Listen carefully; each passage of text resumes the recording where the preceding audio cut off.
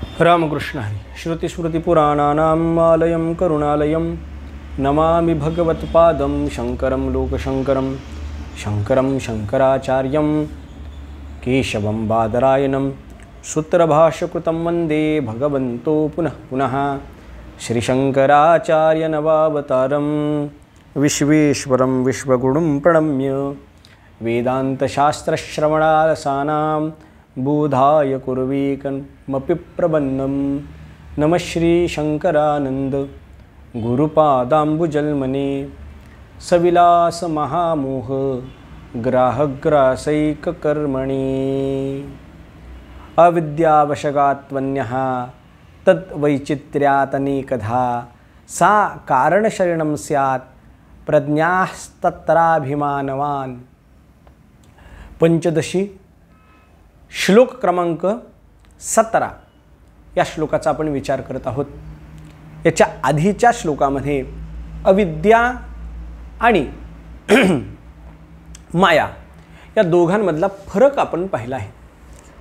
काय फरक आहे दोघांमध्ये याचा विचार करताना सांगितलं, सत्वशुद्ध्या विशुद्धाभ्याम माया विद्ये चमे मते मायाबिंबो वशकृत्य ताम स्यात् सर्वज्ञ ईश्वरः.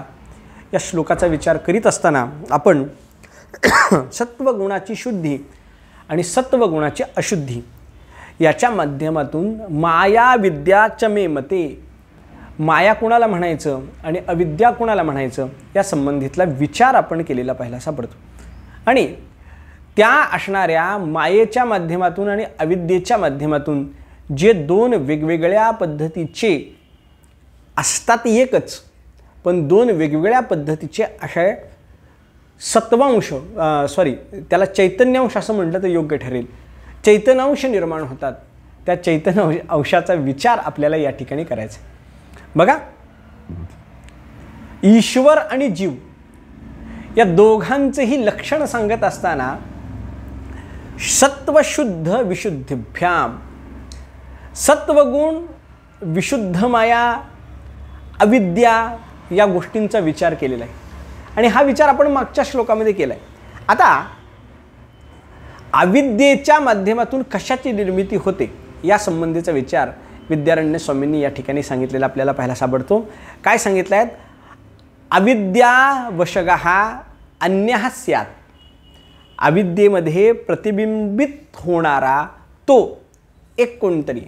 आता अविद्येमध्ये प्रतिबिंबित होणारा तो कोण याचा विचार करत असताना सांगितलं की बाबा, जो अविद्येमध्ये वश होतो, जो चिदात्मा अविद्येमध्ये वश होतो, अविद्या त्याच्यावर हवी होते, अविद्येचं सगळं काही तो ऐकायला तयार होतो, म्हणजेच अविद्या प्रबळ आहे आणि चैतन्य अंश जो आहे तो त्याच्या अधीन गेलेला आहे. त्याला काय म्हटलं जातं तर त्यालाच जीव ही संज्ञा दिलेली. आपण नेहमी सांगत असतो की महात्मा आणि सामान्य व्यक्ती याच्यामध्ये काय फरक आहे. आता महात्मा या शब्दाची जर व्युत्पत्ती आपण केली तर साधारण पद्धतीने महान आत्मा यस्य सहा अशा पद्धतीची व्युत्पत्ती होते. आता महान आत्मा म्हटलं, आत्म्याला जर महत्त्व आपण देत असू तर सगळ्यांचाच आत्मा महत्त्व आहे. कुणाचा आत्मा कमी आहे का? कोणाचाही आत्मा कमी नाही. विठ्ठल विस्तारिला जनी सप्तही पाताळे भरुनी विठ्ठल व्यापक त्रिभुवनी विठ्ठल गुणी मानसी हे म्हणत असताना विठ्ठल हा शब्द चैतन्य स्वरूपानं आपल्याला घ्यायला पाहायला सापडतो. चैतन्य स्वरूपानं विठ्ठल हा शब्द घ्यायचा आहे. आणि हा चैतन्य रूप असणारा, त्याला काही म्हणा तुम्ही, आत्मा म्हणा किंवा जीवात्मा म्हणा किंवा ईश्वर म्हणा, आपण त्याचा विचार पुढे करणार आहोत. हा महत् स्वरूपाचाच आहे. महत् स्वरूपाचा म्हणजे आत्मा महान आहे. आत्मा महान आहे. आत्म्याच्या महत्त्वाला कोणत्याही पद्धतीची परिसीमा नाही. तो कोणत्याही शरीरात असू द्या, त्याला महत् ही उपमा दिलीच जाते. मग महात्मा कोणाला म्हणायचं तर महात्मा म्हणजे ज्याच्या अंतःकरणामध्ये भगवंताच्या संबंधानं माया, त्याला महात्मा म्हणायचं. कळतंय का? मग त्याचं वर्णन करताना महात्मा म्हणजे महत आत्मा यस्य सहा असं म्हणण्यापेक्षा महत अंतःकरणम यस्य सहा, इथं आत्मा हा शब्द आहे ना, हा अंतःकरण स्वरूपाने घ्यायचा. अंतःकरण स्वरूपाने, ज्याचं अंतःकरण मोठं त्याला महात्मा म्हणा, महात्मा म्हणा. कळतंय का? आत्मा सगळ्यांचाच मोठा आहे, कारण आत्मा हा, आत्म्याचं वर्णन करत असताना सांगितलं अणोरणीयाम महतो महीयाम, चैतन्य स्वरूप असणारा तो सर्वज्ञ आहे, चैतन्य स्वरूप असणारा तो सर्वव्यापी आहे, चैतन्य स्वरूप असणारा तो सगळीकडं आहे, चैतन्य स्वरूप असणारा तो निरवयव आहे, चैतन्य स्वरूप असणारा तो आत्मा हा सर्वश्रुत आहे, एक आहे. मग प्रतिबिंबित झालेला म्हणजे ज्याला आवरण कशाचं घातलेलं आहे, आवरण म्हणा किंवा प्रतिबिंबित झालेला म्हणा, त्याला जीव म्हणायचं. म्हणून सांगितलं की अविद्यावशगात्वन्य, ह्या अविद्येमध्ये वश झालेला हा कसा आहे, वैचित्र्यात अनेकधा, वैचित्र्यात वेगवेगळ्या पद्धतीचा असल्यामुळे, वेगवेगळ्या स्वरूपाचा असल्यामुळे अनेकधा, तो अनेक प्रकृतीचा आहे, अनेक प्रकारचा आहे, असं वर्णन केलेलं आपल्याला पाहायला सापडतं. बघा, आपण जर विचार केला तर मागच्या पाठामध्ये किंवा मागच्या श्लोकाचं वर्णन करत असताना सुद्धा आपण सांगितलं की 3 पद्धतीचे गुण आहेत, सत्व, रज आणि तम. रजो आणि तमो गुणाच्या माध्यमातून जो कलुषित झालेला आहे आणि हा सत्व गुणामध्ये प्रतिबिंबित झालेला आहे त्याला अविद्या आपण म्हटलं. या अविद्येच्या माध्यमातून बघा, प्रत्येकाच्या अंतःकरणामध्ये तमोगुणाचा, रजोगुणाचा जर आपण विचार केला तर प्रत्येकाच्या अंतःकरणामध्ये असणारे हे तमोगुण, रजोगुण हे समान आहेत का? प्रत्येकाला राग येतो का नाही? राग येतो नाही असं नाही, पण काही जणांना कमी प्रमाणामध्ये येतो, काही जणांना जास्त प्रमाणामध्ये येतो. प्रत्येकाच्या अंतःकरणामध्ये लोभ आहे का नाही? आहे ना, पण काही जणांचा लोभ कमी आहे, काही जणांचा लोभ जास्त आहे. महात्मा त्याच्या अंतःकरणामध्ये लोभही नाही, त्याच्या अंतःकरणामध्ये क्रोधही नाही. बघा तुम्ही, याला जर उदाहरण द्यायचं म्हटलं तर याचं उदाहरण फार गोड अशा पद्धतीचं उदाहरण दिलं जातं. बघा, चित्रकलेमध्ये प्रमुख जे रंग आहेत, रंग 2च रंग कोणतेही घ्या आणि ते 2 रंग एकमेकांमध्ये मिसळायला सुरुवात करा. मी पिवळा आणि लाल ह्या 2 पद्धतीचे रंग घेतले आणि पिवळा आणि लाल ह्या 2 पद्धतीचे रंग घेतल्यानंतर त्या माध्यमातून किती वेगवेगळ्या पद्धतीच्या छटा मला निर्माण करता येतील, किती वेगवेगळ्या पद्धतीच्या छटा निर्माण करता येतील.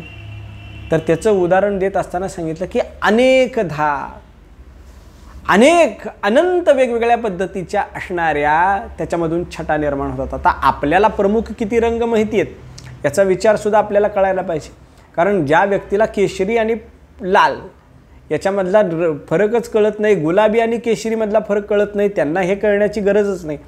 परंतु जास्त करून महिलांचा जर आपण विचार केला तर महिलांना या संबंधाने जास्त ज्ञान. अनेक पद्धतीचे असे रंग आहेत की जे आपण नुसतं ऐकतो. चिंतामणी, चिंतामणी म्हणजे फक्त आपल्याला गणपती वाटतो, बरोबर का नाही? चिंतामणी थेवरम, थेवरचा गणपती चिंतामणी, पण चिंतामणी नावाचा एक कुठला तर रंग आहे हे आपल्याला माहिती आहे का? माहीत नाही. अशा बऱ्याच रंगछटा आपल्याला ज्ञात नसलेल्या पाहायला सापडतात. आणि 2 रंग जर आपण घेतले तर त्या दोन्ही रंगातून वेगवेगळ्या पद्धतीच्या रंगछटा आपण निर्माण करू शकतो. 10% पिवळा घेतला, 90% लाल घेतला, त्यातून होणारा रंग हा वेगळा असेल. 20% पिवळा घेतला, 80% लाल घेतला, त्यातून होणारी जी रंगछटा आहे ते वेगवेगळ्या पद्धतीच्या रंगछटा आपल्याला पाहायला मिळतील. त्या पद्धतीनं 1% असणारा रजोगुण घेतला, 99% तमोगुण घेतले, त्यातून होणारा व्यक्ती हा वेगळ्या स्वरूपाचा असेल. 50% रजोगुण, 50% तमोगुण असणारा व्यक्ती वेगळ्या पद्धतीचा असेल. डायरेक्ट 1 वरून 50 वर आलोय, मधल्या संख्येचा तुम्ही विचार करायचा आहे. 99% तमोगुण, 1% रजोगुण असणारा व्यक्ती वेगळ्या पद्धतीचा असणार आहे. आता याच्यामध्ये सुद्धा पॉईंटचा फरक आहे, 1.001 इथपर्यंत आपण त्याची गणना करू शकतो. आणि त्याच्यामुळं सांगितलं की काय निर्माण होतोय, तद वैचित्र्यात अनेकधा, अनेक वेगवेगळ्या पद्धतीची विचित्र चित्र आपल्याला पाहायला सापडतात. विचित्र चित्र मी म्हणत नाही बरं का, विद्यारण्य स्वामी म्हणतात, वैचित्र्यात अनेकधा, विचित्र वेगवेगळ्या पद्धतीचे आपल्याला पाहायला सापडतात.